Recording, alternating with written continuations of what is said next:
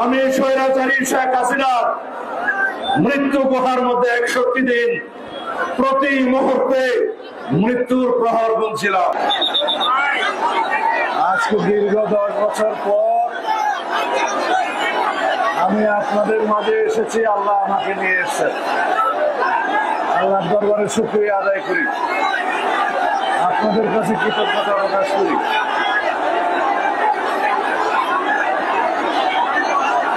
রক্তস্নাত বিপ্লবের মধ্য দিয়ে অর্জিত স্বাধীনতা আপনাদেরকে অর্থবহ করে তুলতে হবে। শত সহস্র শহীদের রক্তদানের মধ্য দিয়ে যে নতুন স্বাধীনতা অর্জিত হয়েছে, সেই স্বাধীনতাকে আপনারা অর্থবহ করে তুলতে হবে।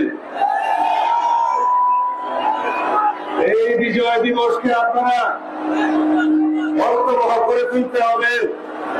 বাংলাদেশের ভবিষ্যৎ প্রজন্মের জন্য, আমাদের সকল সন্তান সন্ততিদের ভবিষ্যতের জন্য এমন একটি বাংলাদেশ বিনির্মাণ করতে হবে, যেই বাংলাদেশ শত সহস্র শহীদের স্বপ্ন ছিল। যেই বাংলাদেশ বিনির্মাণের জন্য অকাতরে নিজের জীবন বিলিয়ে দিয়েছেন আমাদের বীর শহীদরা। আমরা সবাই ধৈর্য ধারণ করি, আমরা সবাই আইন শৃঙ্খলার উন্নতি সাধন করি, আমরা সবাই সকলের অধিকারকে স্বীকৃতি দেই। আজকে থেকে এখানে সকল অন্যায়ের অবসান হলো। কেউ নির্যাতিত হবে না, কেউ জুলুমের শিকার হবে না। সকলকেই সকলের অধিকারের প্রতি স্বীকৃতি দিতে হবে। আমরা সবাইকে যার যার অধিকার ভোগ করার জন্য স্বাধীনতা নিশ্চিত করতে হবে। আমরা সবাই বাংলাদেশী, কেউ আমরা এখানে মুসলমান, কেউ হিন্দু, কেউ বৌদ্ধ, কেউ খ্রিস্টান, সেটা যার যার ধর্ম সে পালন করবে, কিন্তু আমরা সবাই বাংলাদেশী। একটাই পরিচয়, আমরা এদেশের নাগরিক। আমাদের সকল নাগরিকের মানবাধিকার, মৌলিক অধিকার, সকল রকমের সাংবিধানিক অধিকার আমরা অর্জন করেছি ইনশাআল্লাহ। সেই অর্জন করার জন্য শত সহস্র শহীদকে রক্তদান করতে হয়েছে। আজকে ফ্যাসিবাদী হাসিনা কোথায়? স্বৈরাচারী শেখ হাসিনা কোথায়? বাংলাদেশের মাটি থেকে পালিয়ে গেছে।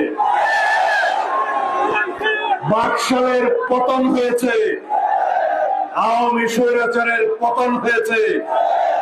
গণহত্যাকারী আওয়ামী ফ্যাসিবাদী শক্তি বাংলাদেশের মানুষের সামনে কি আর রাজনীতি করার অধিকার রাখে? যদি বাকশালীরা, আওয়ামী ফ্যাসিবাদীরা কখনো জনগণের সামনে আবার রাজনীতি করতে আসে, আপনারা তাদেরকে প্রত্যাখ্যান করবেন। এই দেশ, এই মাটি পবিত্র শহীদের রক্তে রঞ্জিত হয়ে পবিত্র হয়েছে। সুতরাং হাসিনা এবং তার দোসর আওয়ামী ফ্যাসিবাদীদের দ্বারা আবার কখনো অপবিত্র হতে দেব না। দিল্লিতে যে বসে আছে শেখ হাসিনা বাংলাদেশের মানুষের বিরুদ্ধে ষড়যন্ত্র করছে, বাংলাদেশে অস্থিরতা সৃষ্টি করার জন্য পায়তারা করছে। তার 15-17 বছরে যে সমস্ত ফ্যাসিবাদের দোসররা প্রশাসন সহ বিভিন্ন জায়গায় এখনো বসে আছে এবং মনে করছে বাংলাদেশে অস্থিরতা সৃষ্টি করবে, মিথ্যে কথা। এদেশের ছাত্র জনতা বাংলাদেশে আর কখনো অস্থিরতা সৃষ্টির সুযোগ দেবে না। বহিঃশক্তির কোন ষড়যন্ত্র বাংলাদেশের ছাত্র জনতা সফল হতে দেবে না। বন্ধুগণ, আমরা এখনো চূড়ান্ত বিজয় অর্জন করি নাই। আমরা চূড়ান্ত বিজয় অর্জন সেই দিন করব যেই দিন এই দেশে একটি গণতান্ত্রিক প্রক্রিয়ায় রাজনৈতিক একটি শক্তি বাংলাদেশের সরকার গঠন করবে। সেদিন আমরা চূড়ান্ত বিজয় অর্জন করব। যারাই সরকারে আসো, তাদেরকে দেশের মানুষের মৌলিক অধিকার সাংবিধানিক অধিকার, গণতান্ত্রিক অধিকার নিশ্চিত করতে হবে। কেউ যেন আমরা স্বৈরাচারী হয়ে না উঠতে পারি, সেজন্য আপনাদের আমাদের সকলকে আমাদের অধিকারের জন্য সবসময় আন্দোলন করতে হবে। আন্দোলন বন্ধ করা যাবে না। যদি আমরা রাজপথ ছেড়ে দেই, যদি আমরা আন্দোলন বন্ধ করি, হাসিনা ফ্যাসিবাদী দূষররা সুযোগ পাবে। সেই সুযোগকে আপনারা দিবেন? বাংলাদেশে আবার কখনো আওয়ামী বাকশালী শক্তির গণহত্যাকারীদেরকে রাজনীতি করতে দেবেন? যারা জনগণের বুকের উপর গুলি চালিয়েছে, নির্বিচারে হত্যা করেছে, হেলিকপ্টার থেকে গুলি করে মা বোনকে হত্যা করেছে, শিশুদেরকে হত্যা করেছে, তারা কি বাংলাদেশে রাজনীতি করার আরো অধিকার রাখে?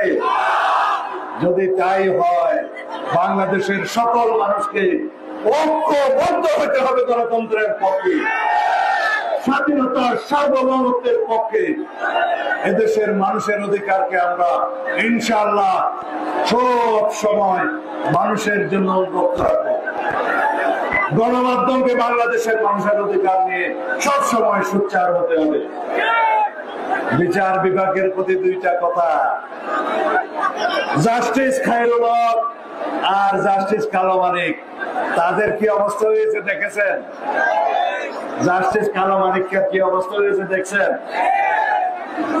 যদি বিচারাঙ্গনে বসে, আদালতে বসে জনগণের স্বার্থের বিরুদ্ধে বিচার করেন, তাহলে কালো মানিককার মতো অবস্থা হবে।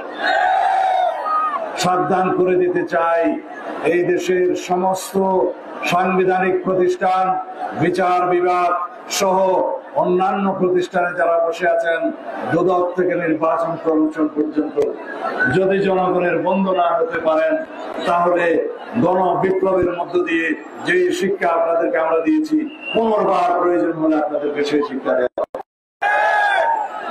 আমি সরকারি কর্মকর্তা কর্মচারীদের উদ্দেশ্যে একটা কথা বলতে চাই। ভাই সকল, যারা বাংলাদেশের এই প্রজাতন্ত্রের কর্মচারী ভাইয়েরা এবং বোনেরা, আপনারা এই জনগণের চাকরি করেন, বাংলাদেশের এই জনগণের কর্মচারী আপনারা, আপনাদের বেতন এই জনগণের ট্যাক্সের টাকা থেকে দেয়া হয়। সুতরাং জনগণের কর্মচারী হিসেবে তাদের সেবা করবেন। অন্যায় যদি কোনোদিন করে থাকেন, তাহলে জনগণ আপনাদের ক্ষমা করবে। এই বার্তাটা দিতে চাই আজকে থেকে। এখানে এই পেকুয়ার মঞ্চে পেকুয়ার জনগণকে করতে চাই, এই জনপদে কোন অন্যায়ের কোনদিন প্রশ্রয় দেওয়া হবে না। যদি সে আমার দলের লোক হয়, তাকেও শায়েস্তা করা হবে যদি জনগণের স্বার্থের বিরুদ্ধে সে দাঁড়ায়। কোন অন্যায়ের প্রশ্রয় আমরা দেব না। সকল নির্যাতনের অবসান হলো, সকল অবিচারের অবসান হলো, ন্যায় বিচার প্রতিষ্ঠা হলো।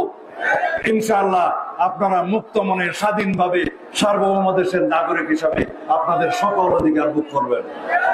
আমি আজকে রাতে আপনাদের সাথে আর বেশি কথা বলবো না। আমি আমার মৃত্যুকূপ থেকে, হাসিনার মৃত্যুকূপ থেকে কিভাবে আল্লাহ আমাকে বের করেছে তার একটা কথা বলতে চাই। মনোযোগ দিয়ে শুনবেন।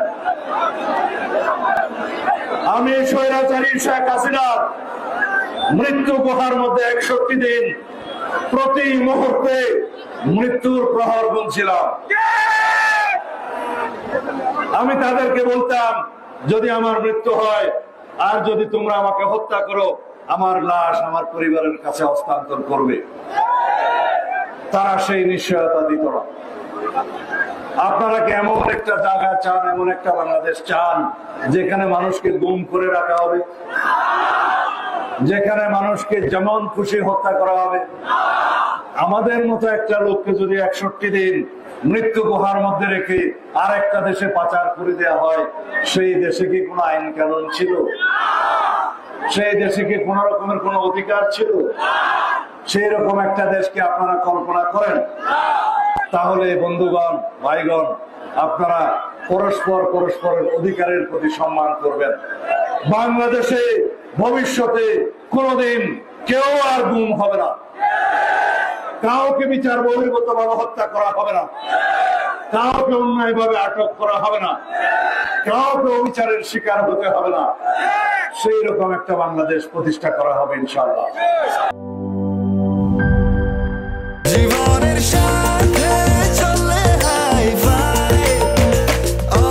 স্বাস্থ্যকর অল টাইম, সব সময় অল টাইম হেলদি লাইফ।